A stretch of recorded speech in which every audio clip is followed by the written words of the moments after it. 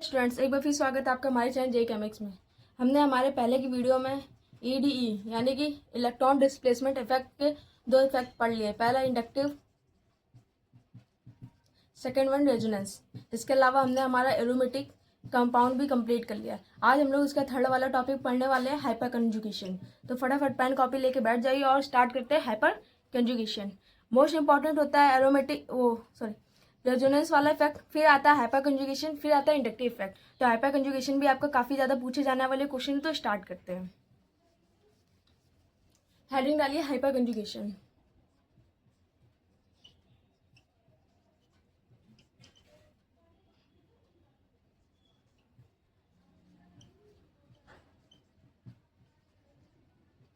Hyper conjugation जो आपका था, इसमें आपके एक्सपेरिमेंट एक किया गया था। ठीक है, एक्सपेरिमेंट किया था बेकर और नाथन ने सन 1932 पे एक्सपेरिमेंट किया था, बेकर एंड नाथन। उन्होंने एक एक्सपेरिमेंट किया था 1932 में। इसमें उन्होंने 4 कंपाउंड लिए थे। ठीक है, CS2,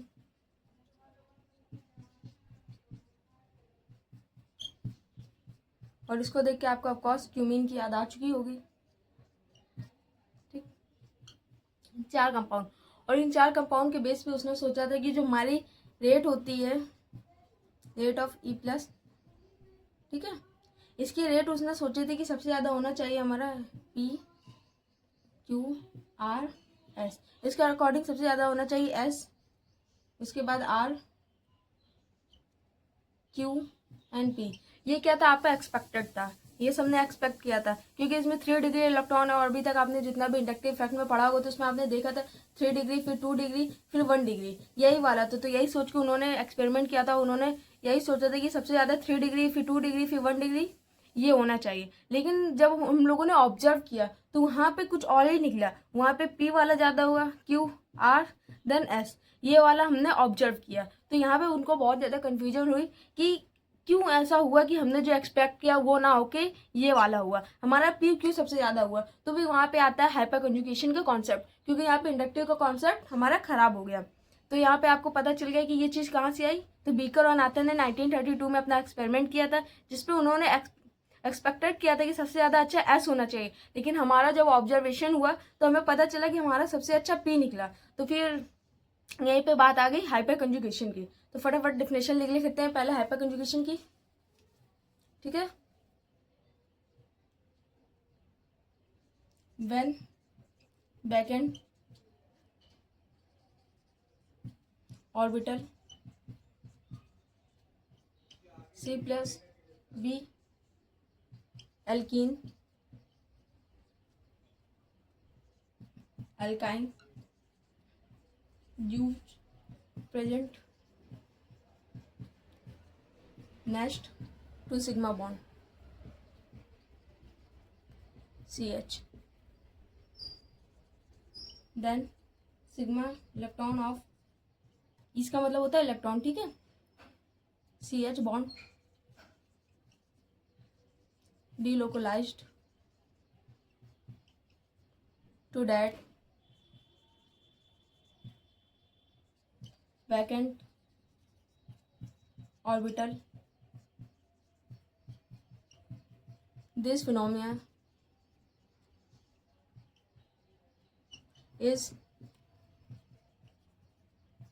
known as hyperconjugation. इस फिनोमिनन को हम लोग क्या कहते हैं, हाइपर कंजुगेशन।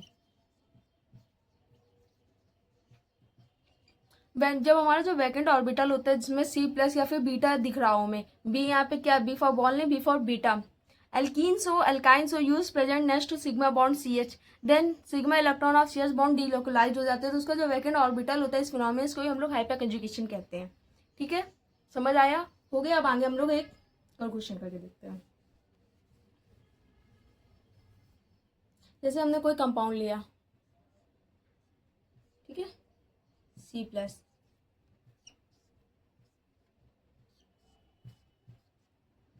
यहाँ पे आपको ये बताया जा रहा है कि कौन कौन से कंपाउंड में हम लोग हाइपर कंजुगेशन लगा सकते हैं। CH3 CH2, तो यहाँ पे आपको पता करना है कि कौन सा CH है जिसपे हाइपर कंजुगेशन लग रहा है, यानी कि कौन सा CH बॉन्ड है जो डिक्लाइज हो रहा है सिग्मा इलेक्ट्रॉन से हाइपर कंजुगेशन के लिए। तो हमने आने डिफिनेशन में क्या पढ़ा था, कार्बन पे प्लस चार्ज हो, तो यहाँ पे है, यानी कि हमारा हाइपर कंजुगेशन शो कर रहा है। यहाँ पे डबल बॉन्ड था, वहाँ पे हाँ एल्कीन था, तो यहाँ पे भी हमारा हाइपर कंजुगेशन शो कर रहा है। एल्काइंस था, एल्कीन के बाद एल्काइन, तो यहाँ पे भी शो हो रहा है। फिर वहाँ पे मैंने आपको कार्बन प्लस के साथ एक बीटा दिखाया था, तो यहाँ पे बीटा भी है, ये भी शो कर रहा है। बट मैंने वहाँ पे कहीं भी मेंशन नहीं किया था निगेटिव का, मैंने C+ दिखाया था, C- नहीं दिखाया। तो यानी कि हमारे कार्बन पे अगर माइनस होगा तो वो हाइपर कंजुगेशन नहीं होगा। ठीक है, आगे आपको समझ, यहाँ से आपकी ये प्रॉब्लम दूर होती है कि मैम हाइपर कंजुगेशन लगाएगा, क्योंकि माइनस पे आप इंडक्टिव इफेक्ट और रेजोनेंस दोनों लगा सकते हो, लेकिन हाइपर कंजुगेशन रेयर केसेस। ठीक है, सॉरी, आगे जैसे कोई भी आपको क्वेश्चन करवाते हैं हम लोग, उसके पहले हम लोग हाइपर कंजुगेशन के स्ट्रक्चर देख लेते हैं। हाइपर कंजुगेशन स्ट्रक्चर, ठीक है, इसमें कुछ केसेस होते हैं। केस नंबर 1,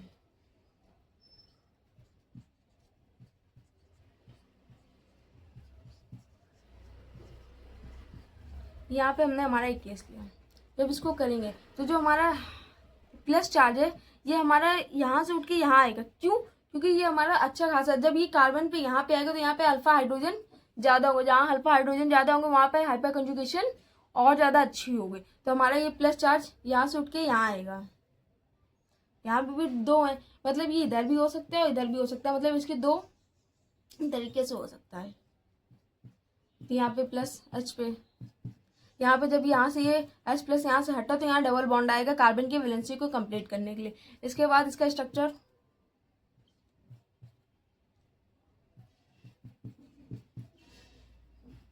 ऐसे, जब इसमें नॉन बॉन्ड रेजोनेंस आएगा तो इसका कंप्लीट हमारा जो स्ट्रक्चर बनता है, इसी तरीके ये इस हाइड्रोजन में भी हो सकता है, फर्स्ट में आया, सेकंड में आया, इसका स्ट्रक्चर एक और हो सकता है हमारा जो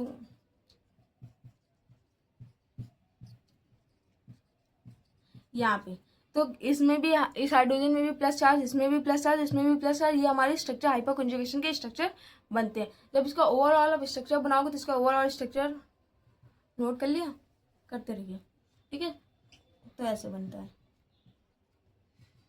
सभी हाइड्रोजन पे डेल्टा प्लस आता है।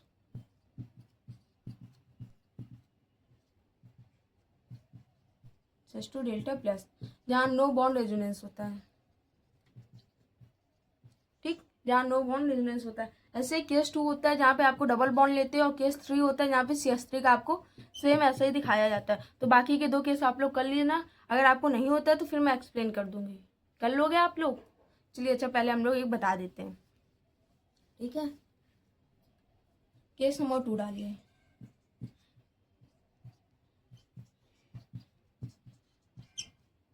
यहाँ पे कार्बन की वैलेंसी आप लोग खुद फिल कर लीजिएगा, ऐसा मत कीजिएगा मैम यहाँ पे आपने ये कैसे किया, ये कैसे किया।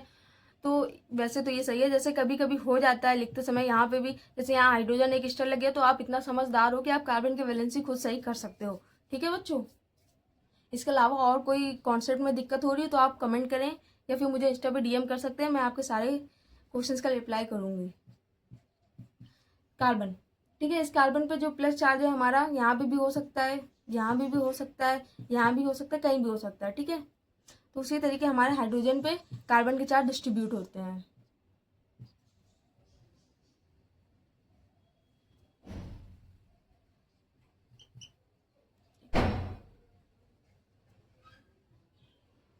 यहाँ पे कार्बन का चार्ज है। ठीक है,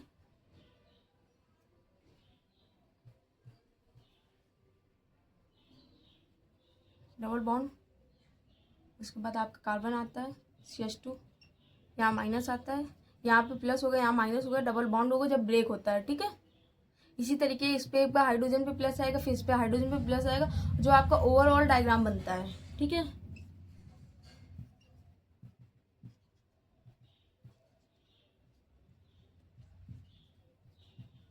ओवरऑल आपका डायग्राम जो बनता है वो ये होता है।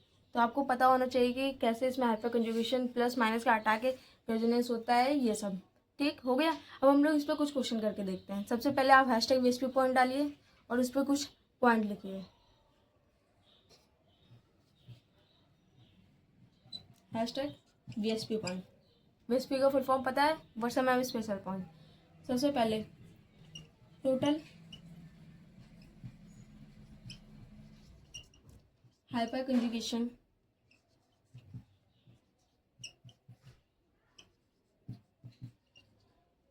हाइपर कंजुगेशन या हाइपर कंजुगेटिंग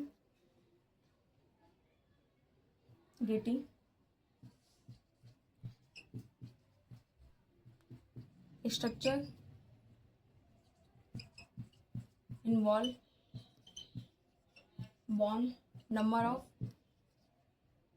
अल्फा एच। जब वो आपसे पूछे कि जब total hyper conjugating structure involve bond, bond में टोटल अल्फा कितने कंजुगेटिंग स्ट्रक्चर इन्वॉल्व हो रहे हैं, तो केवल हम लोग नंबर ऑफ अल्फा एच गिनेंगे। लेकिन जब वो आपसे क्वेश्चन पूछता है टोटल हाइपर कंजुगेशन या हाइपर कंजुगेटिंग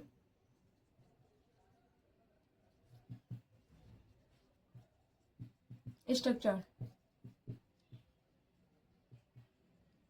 तो आपका ऐड होता है number of alpha H plus जो रियल वाला है। कौन सा? जो रियल वाला है, रियल वाला है मतलब रियल वाला कंपाउंड। जब आपसे पूछे कि total hyper conjugation structure involve bond, जब वहाँ पे बात आ जाए इन्वॉल्व बॉन्ड की, तो केवल आपको नंबर ऑफ अल्फा एच गिनना है। लेकिन जब उसने आपसे डायरेक्ट पूछा कि टोटल हाइपर कंजुगेशन स्ट्रक्चर बताओ, तो आपको अल्फा एच के साथ साथ जो रियल वाला कंपाउंड है उसको भी कंसिडर करना होता है। हो गया? तो हम लोग कुछ क्वेश्चन यहाँ पे करके देखते हैं।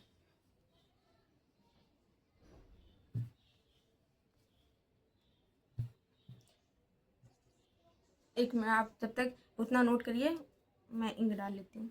इंक कहाँ है?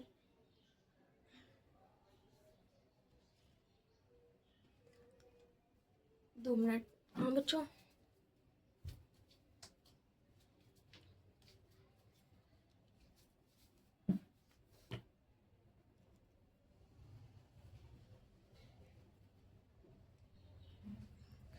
खत्म हो चुकी है।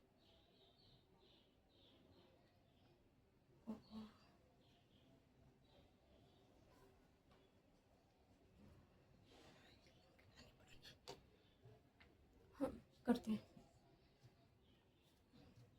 Find the structure. वो आपको दिख, शायद आपको दिख नहीं रहा हो। Find total hyper conjugation structure, ठीक है, इन्वॉल्विंग